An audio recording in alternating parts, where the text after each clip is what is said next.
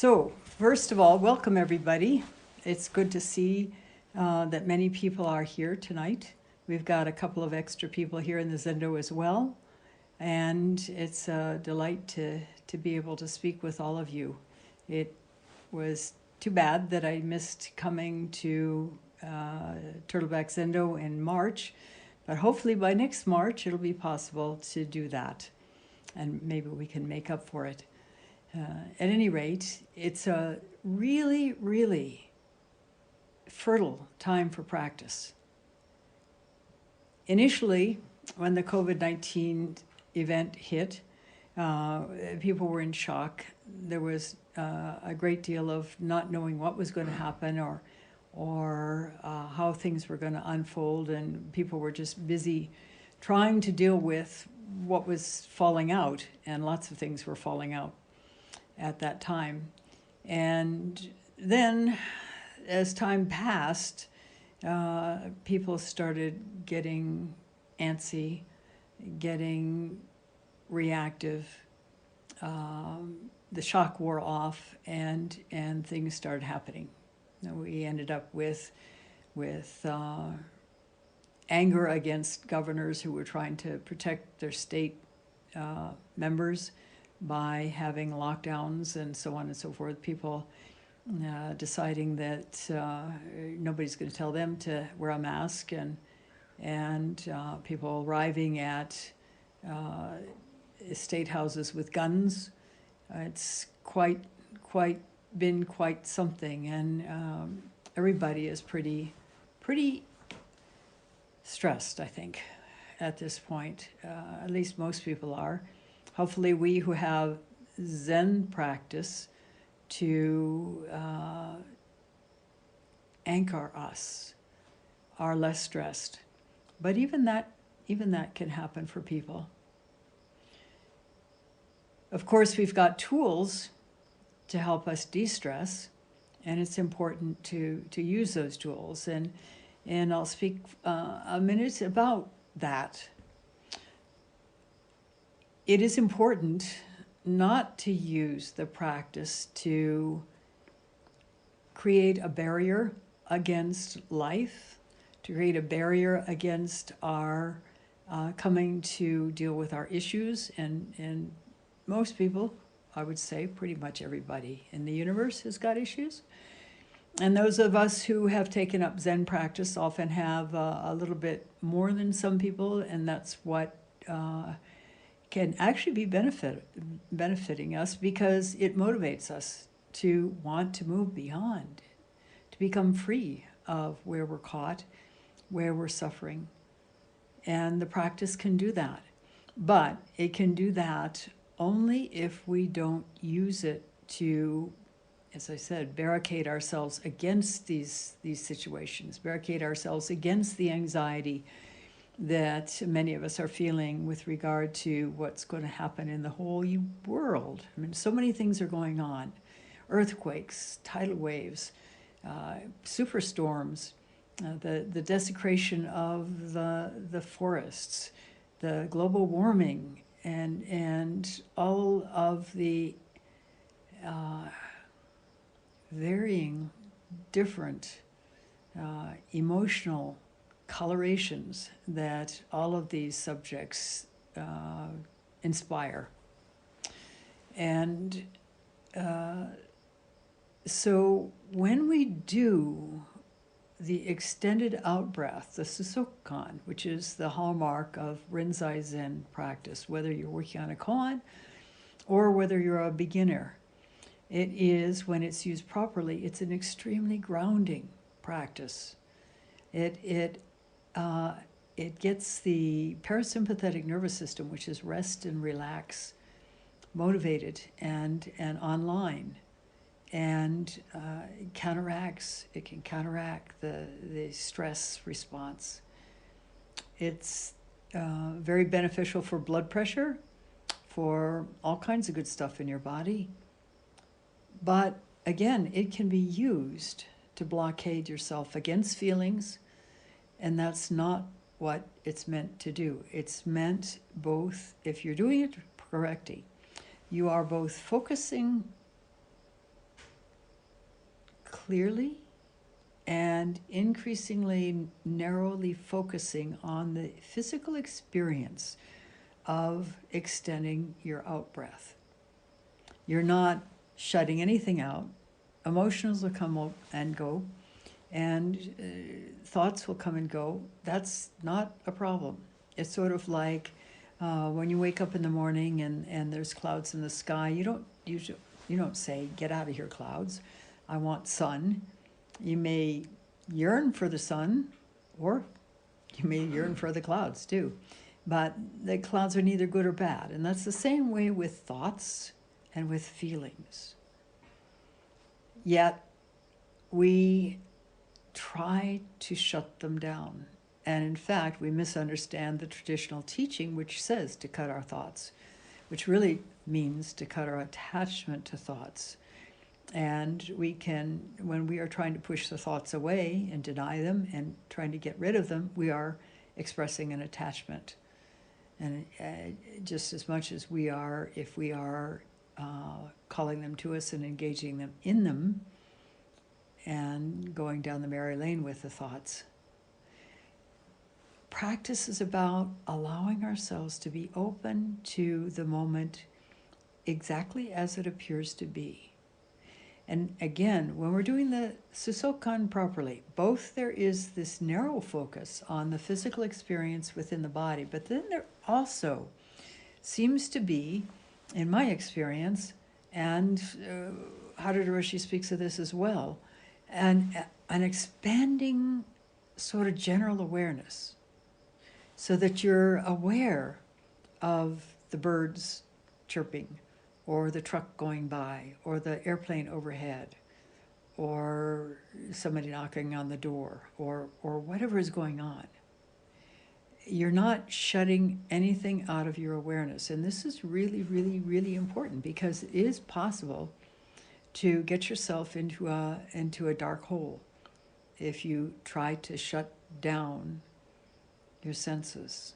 That's not practice. And to emphasize that, there was a woman many, many, many years ago, decades ago, at the Rochester Zen Center.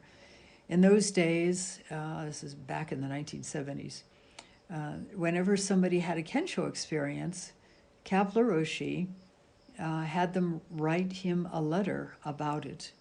And often he would read these letters as some part of Teisho. And in this one case, this letter was actually published in a very early edition of Zendo, which is the Rochester Zen Center quarterly magazine. And I clung to that because Zen practice for me was extremely difficult, quite painful emotionally, and also quite difficult. It took me a lot of tooth-gritting effort to bring myself to the mat again and again. And some of you know that when I was first part of the Rochester Zen Center, I was actually living in Turkey, in Istanbul, and I commuted to Sesshin. The first Sesshin I went to was a 4-day Sesshin, because that was what was required in those days at the Rochester Zen Center.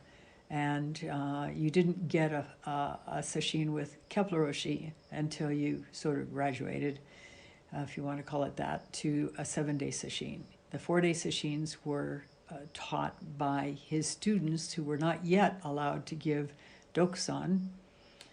They could give group instruction. They were all senior students, but not as senior as they would have been when they eventually were allowed to teach.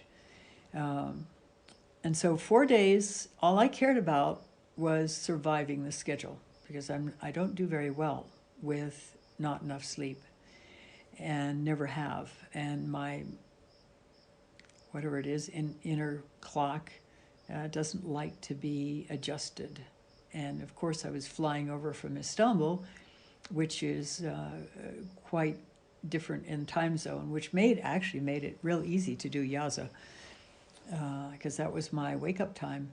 But anyway, I managed to grit my teeth and get through that sesshin, to my amazement, the Sunday morning after the sesshin, I sat for a whole 2 hours without moving.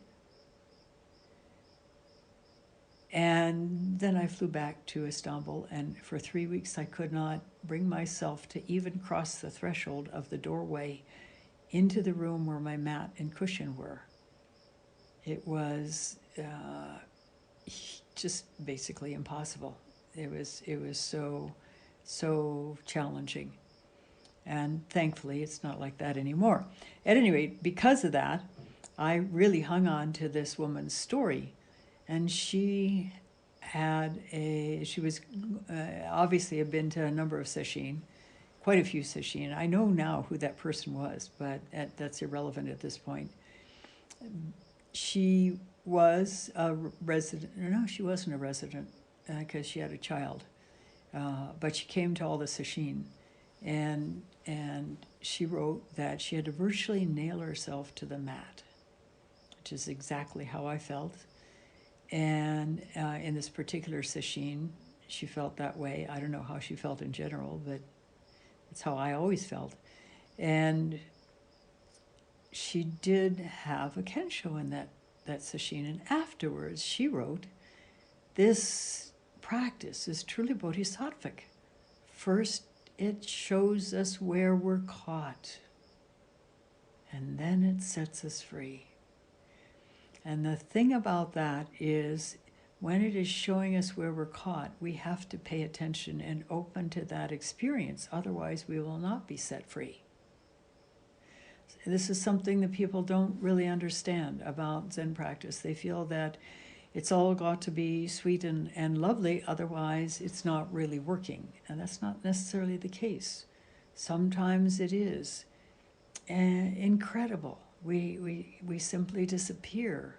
And when we come to, so to speak, we are in a very different mind state that is much more free, because we have given up trying to be somebody, at least for that short period of time. Persist, and gradually it makes a big difference. Now I walk into the Zendo here, and there's certainly no problem with having to nail myself to the mat. It's a wonderful little Zendo and has wonderful energy, and I hope all of you have a chance to come in and be here. I know that some of you listening already have been to sesshin here, and that's pretty terrific.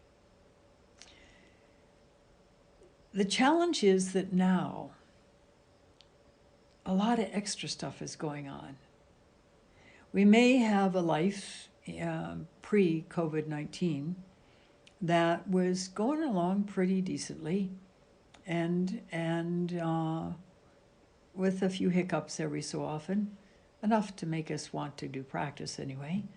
And then comes this, and people are losing their jobs, and people are being closeted with their families, which in some cases is turning out to be quite beneficial, by the way. In other cases, it's quite stressful. And I think about families. I know one family in the Washington, D.C. area, husband and wife and sister-in-law, the sister of his wife, and 2 kids, school-age kids. And he is working online, his wife is working online, his sister-in-law is working online, and his 2 kids are going to school online. It certainly must stress the internet capacity of his home. He told me that the kids have been given iPads by their school, so at least they don't have to share too many computers. But you know, and that's a harmonious family. For families that have any stress already pre-COVID-19, it can really exacerbate it. And now I think of this man who has inspired me for years, and whose experience actually triggered my getting into Zen at the Rochester Zen Center. I was already doing Zazen when I read this book, which interestingly Kepler-roshi said, it's not a very good translation. I would not bother reading that. And some of you already know the story, and some of you have heard it from me as well. This regards Shido Munan. Shido Munan, whose name literally means the great way is not difficult, was the grandfather in Zen of the great Japanese Zen master Hakuin. He was Dokyo Eitan's teacher. Dokyo Eitan was the old man of Shoju Hermitage, who was the nemesis of countless monks in Japan, but Hakuin stuck it out with him and came to a place where he was deeply awakened. Hakuin, by the way, when he discovered Dokyo Eitan through Dokyo Eitan's other monk, Dokyo Eitan apparently was such an acerbic gentleman that nobody stuck with him very long. But this one monk had done so, and Hakuin, when he met him, was deeply impressed by the depth of his understanding and his demeanor. And so he asked if he could go and meet his teacher, and that was Dokyo Eitan. Dokyo Eitan, who at this point then met Hakuin after Hakuin had had a kensho. And Hakuin was sure that that kensho that he had had was the most amazing deep kensho that anybody had had in 300 years. But Dokyo Eitan saw where he needed to work and refused to accept his answers to the koans. One time, he even pushed him off the little mini deck. It was only about, I would say it's about 16 inches wide, because I went to that temple at one point in Japan to visit. And it must have been the rainy season, because Hakuin landed in the mud. But he did persist.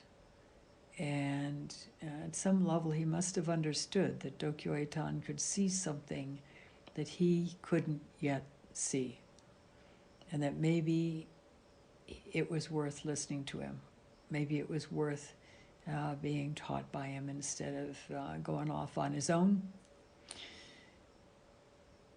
Anyway, back to Shirobunan, Dokyo Eitan's teacher, who actually started Zazen later in his life. At any rate, he was a very deeply realized person by the time he finished his training, and he was a monk in a small temple in a seaside village in Japan in the 1600s. Now, nowadays, Japan is quite different in some ways. In other ways, it's not different at all. It's different in the way that back in the 1600s, a Buddhist monk was celibate. That was part of the being of a Buddhist monk. After the Meiji Restoration in Japan, the government more or less allowed Buddhism to continue, and there was a great deal of pressure on the Buddhism. It almost sank. But in order to continue, they had to make a number of conciliations, and one of which was that monks were not considered clergy, as they are in America, and separate from church and state. They were considered ordinary people. And so that's why they could be conscripted for the Second World War, by the way. But back in Shirobunan's time, they were celibate. There's also an aspect of the Japanese culture that is imbued in people from birth, and that is the importance of the group over the individual. Here in America and Europe and a lot of the rest of the world, the individual is important, and particularly in America, because America was founded on people who were individualists to begin with, and so that culture has carried down, and which is why people can get upset about wearing masks, not thinking about the benefits of them. And in Japan, it is very different. You don't do anything that will create discomfort for anyone else. You don't do anything that will create a difficult situation for anyone else, inconvenience anyone else. This is a deep part of the culture, and the group being the most important aspect of the culture. So back in 1600s in Japan, Shirobunan is a middle-aged man, a monk in a tiny little temple in this seaside village. And a young girl in the village gets pregnant. And her parents are trying very hard to get her to convince them who the father is, and she refuses. And finally she says, "It's that monk." And they're horrified. The whole village is horrified. Because A, he's a monk, and celibacy is known, and it's in essence considered a pretty big sin, not to be celibate if you're supposed to be. And he's middle-aged, and this young girl is pregnant. So when the baby is born, the grandparents march the baby over to Shirobunan and say, "Here, you are responsible for this incredible embarrassment to us and to the village. You take care of this child that you created." And the thing that is remarkable about this situation is that there, in that circumstance, which is very difficult for us to comprehend, because here, you know, if a woman gets pregnant out of wedlock, it's no big deal. In fact, many single women are getting themselves pregnant on purpose, without a husband and without even a boyfriend sometimes, because they want a child. And the American culture nowadays is relatively accepting of that. But the Japanese culture was not, it still isn't, actually, I don't believe. And moreover, it was creating an enormous embarrassment for the family and therefore for the whole village. So Shirobunan simply received the child and humbly, deeply humbly responded with an expression that is not translatable accurately into English. I mean, you can literally translate it, but it doesn't mean the same in English. And in essence, he said, "Oh, it looks like that, I see."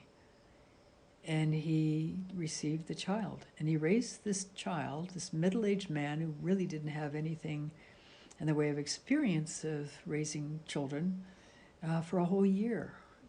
It is written that he carried it around on his back like an old grandmother.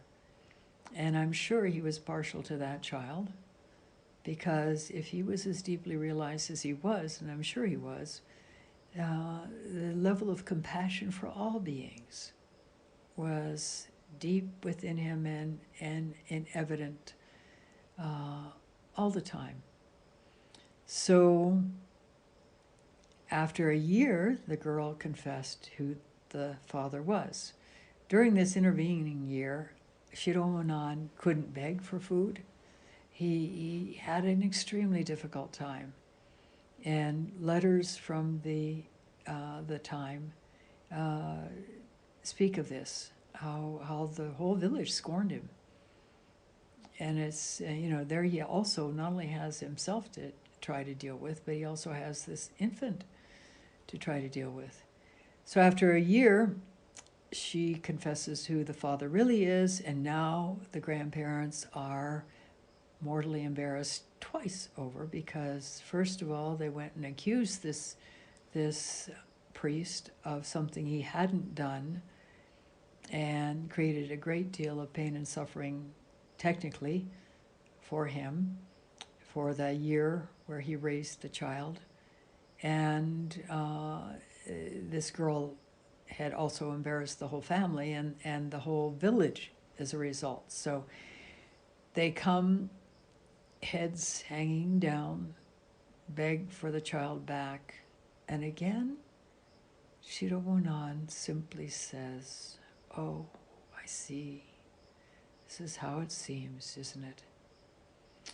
And he gives the child back. And the reason we know this story is because the village was so struck by his humility, his lack of felt need to accuse and to fight back and to get angry and all the things that many people would do in those circumstances. And it was honest. He wasn't putting on an act. It was honest, it was clear. How did he get there? Because that humility, that clarity, that honesty, that let-go-ness is something that each one of us can uncover within ourselves. And this is why we do our Zen practice.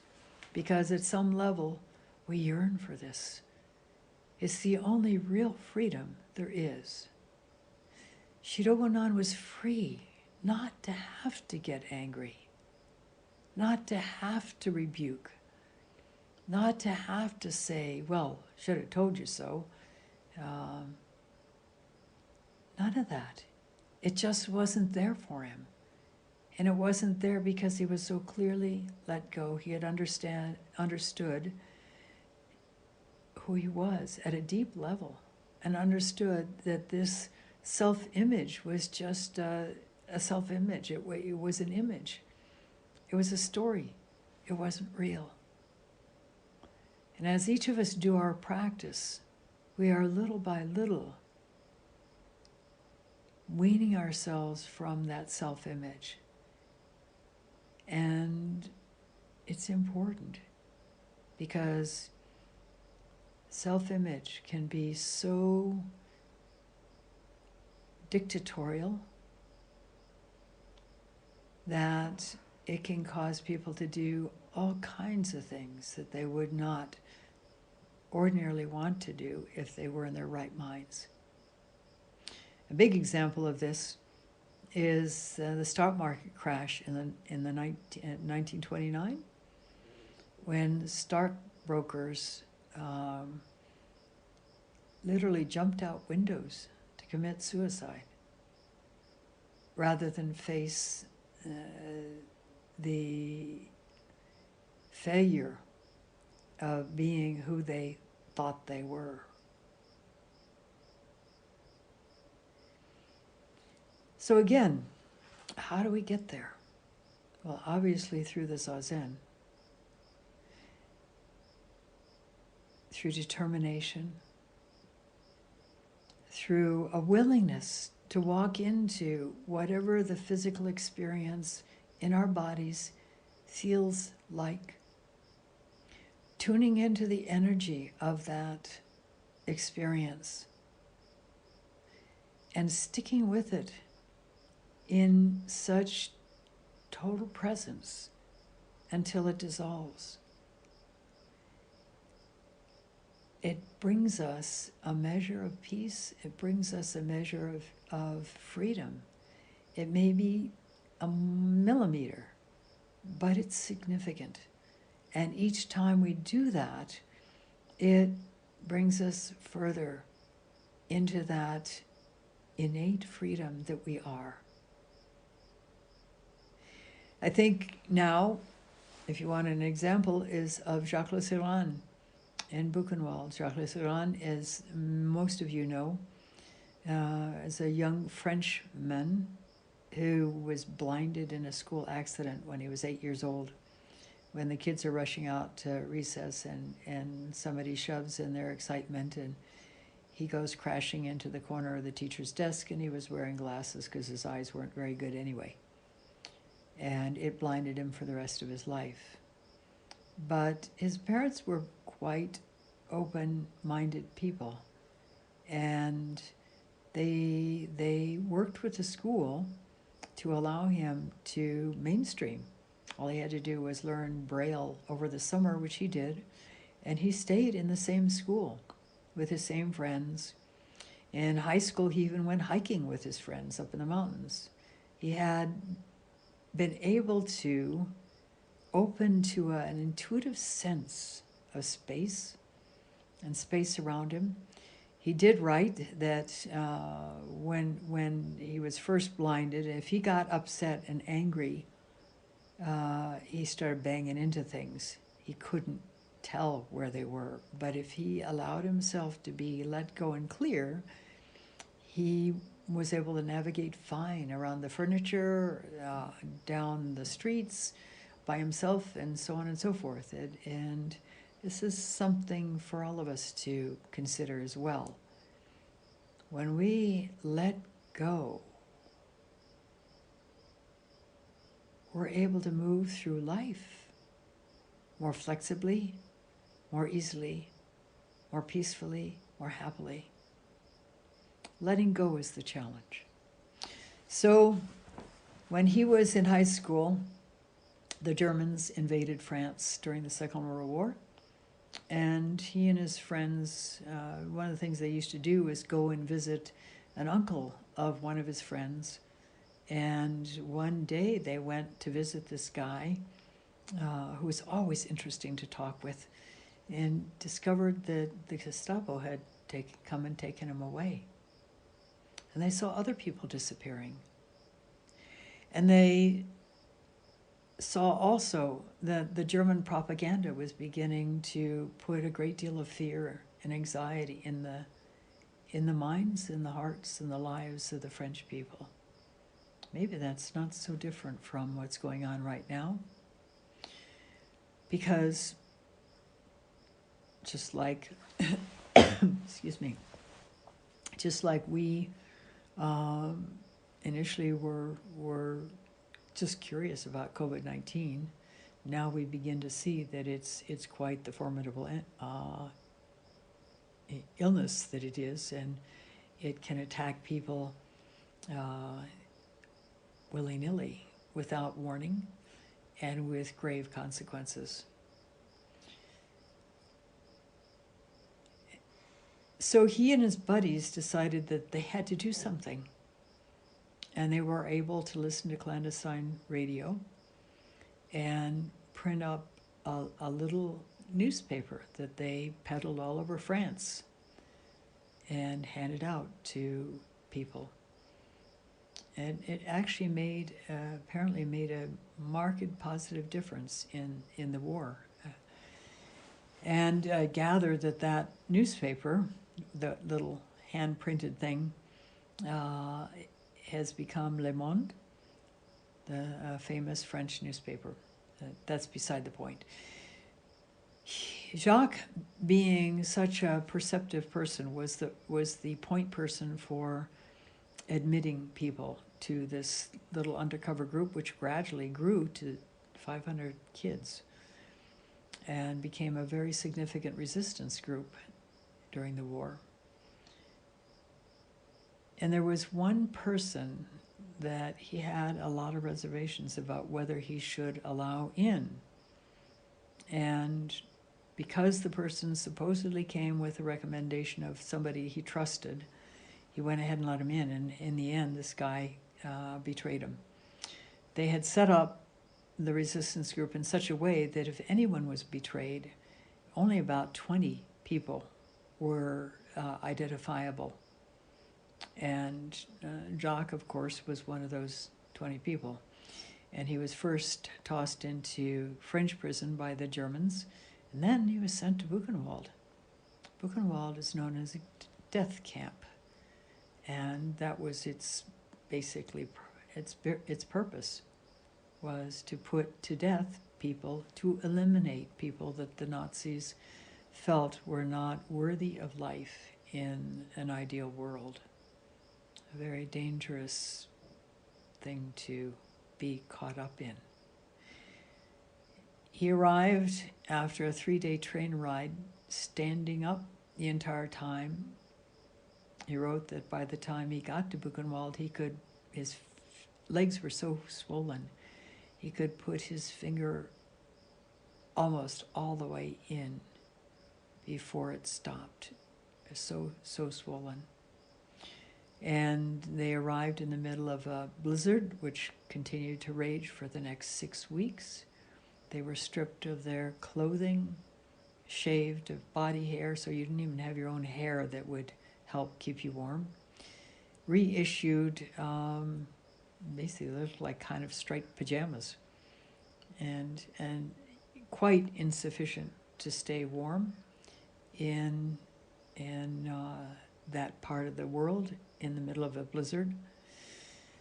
And they were also given very little food because he was blind and because the other prisoners were so desperate. His bread crusts were stolen. He had a little bit of soup he could eat, and of course he was starving like everybody else was. And finally, after 5 months, it got to him. Besides the starvation, besides the constant threat of death, whether being marched out and shot in the square, or sent to the so-called showers and gassed, or stabbed in the back by a vicious guard, or strangled by one of your fellow prisoners who was also pretty freaked out, as everybody was. And it finally got to be too much for him, and he was carried away to die because his body basically was shutting down. He describes exactly what was happening in his body, and 3 doctors who were also prisoners in the camp confirmed it, and he was going to die. There was no question about it, except that he didn't. How did he not die? He took advantage of the illness, he wrote, to leave Buchenwald, which meant that he tuned in so completely to what was going on in his body that Buchenwald disappeared. The experience of the racking pain, the shutting down of his kidneys, the wild and out-of-sync beating of his heart, the feeling of knives and razor blades going through his guts, the swelling of his face was something that is rather dangerous, by the way, and so on and so forth. And instead of dying, because he tuned in so completely, he had an amazingly deep kensho. He found joy. And it wasn't the joy of insanity. It was the joy of such presence and such openness and such understanding and such letting go of who he thought he needed to be. That joy just came forth. And he wrote that it never left him. It was 11 more months before the Allies were able to liberate the camp. And we know this story because many years later, after he was able finally to go to college, and he became a university professor and ended up teaching in the United States, and his students asked him how he got the way he got. Where did he find this joy? And so he told that much. He said that it was impossible really to describe Buchenwald, but he told that much. He was in a terrific extremity. No avenues out.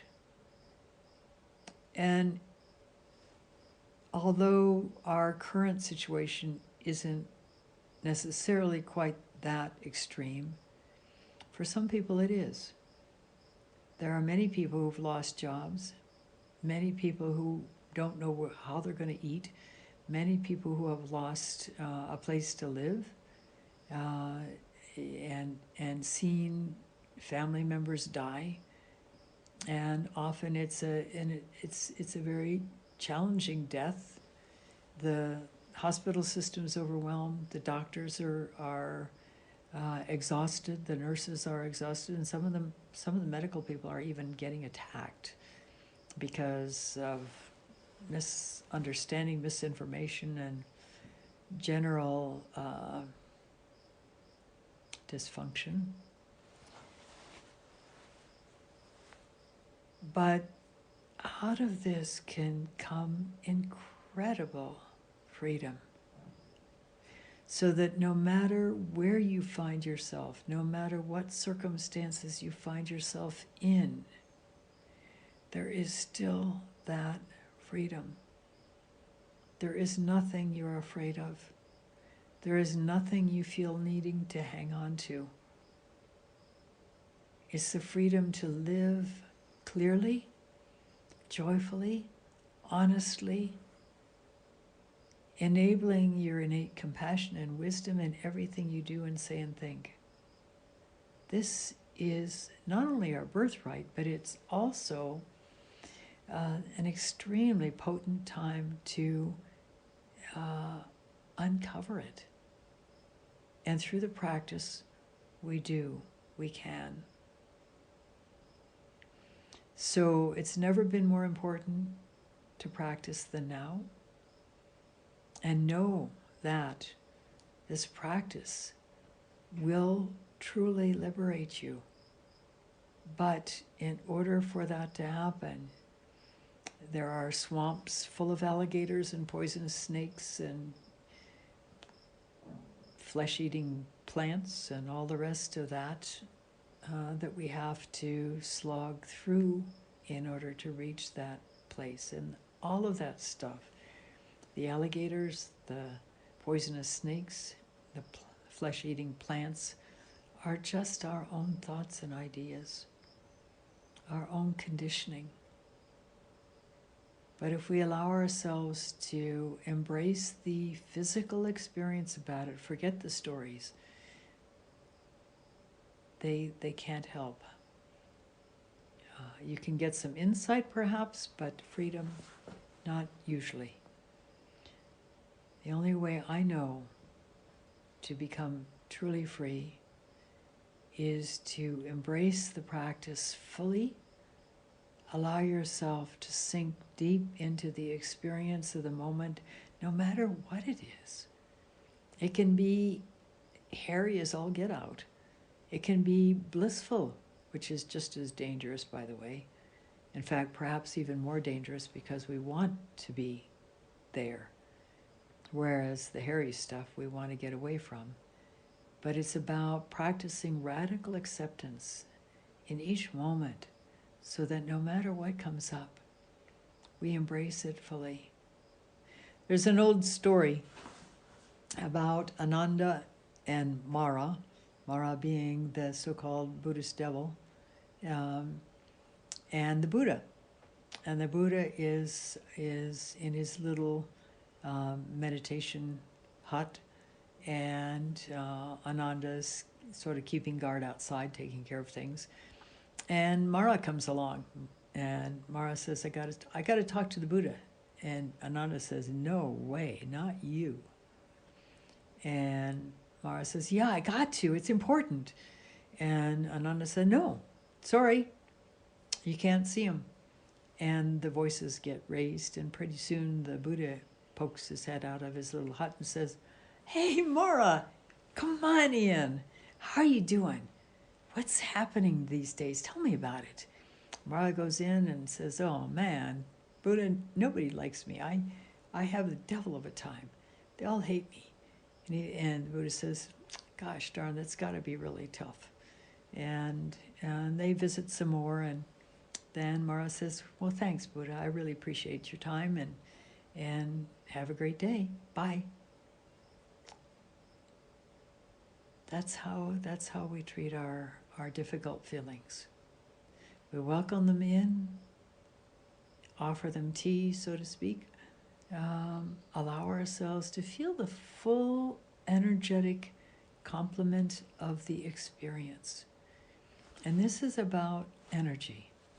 This is not about thoughts. It's not about ideas. It's about when we are feeling out of sorts, is our chest cold? Do we have a jagged feeling in our guts? Is there some kind of vibration in our body? Is there heat somewhere? And so on and so forth. And it's possible to partway tune in and say, yeah, I got tension in my chest. Well, then we need to ask ourselves, not ask ourselves, but tune in to find out what the quality of that tension is. Does it feel like we've got wide steel bands tightening around our chest? Does it feel like we're wrapped in barbed wire? Does it feel like we've got ropes chasing us? What's going on? What details can we tune into? And we stay present with that experience until it dissolves. And often what will happen is it will dissolve and reveal another different experience underneath it. And we tune into that one too. And maybe there's one under that as well. But we just stay present with the physical experience in the body, the openness of possibility that this may reveal something really valuable to us, until it all lets go. And there's a palpable feeling of letting go. It can, if things are really rugged, it can help to journal, to just write down a description of what you're feeling. And when I say a description of what you're feeling, again, I'm not talking about I'm angry or whatever. I'm talking about, okay, this tightness in my chest. Is it cold steel? Or is it hot steel? Is it like barbed wire? Is it like chicken wire? Is it like being bound in some kind of wrapping that is tightening? What's it actually feel like in detail? And gradually, we will find ourselves able more and more efficiently becoming able to tune in that quickly, increasingly quickly, and have things processed through faster. And the result is ka-chunk. We drop to a different, deeper, more open level of practice. So this is how to work with the stuff that's going on now.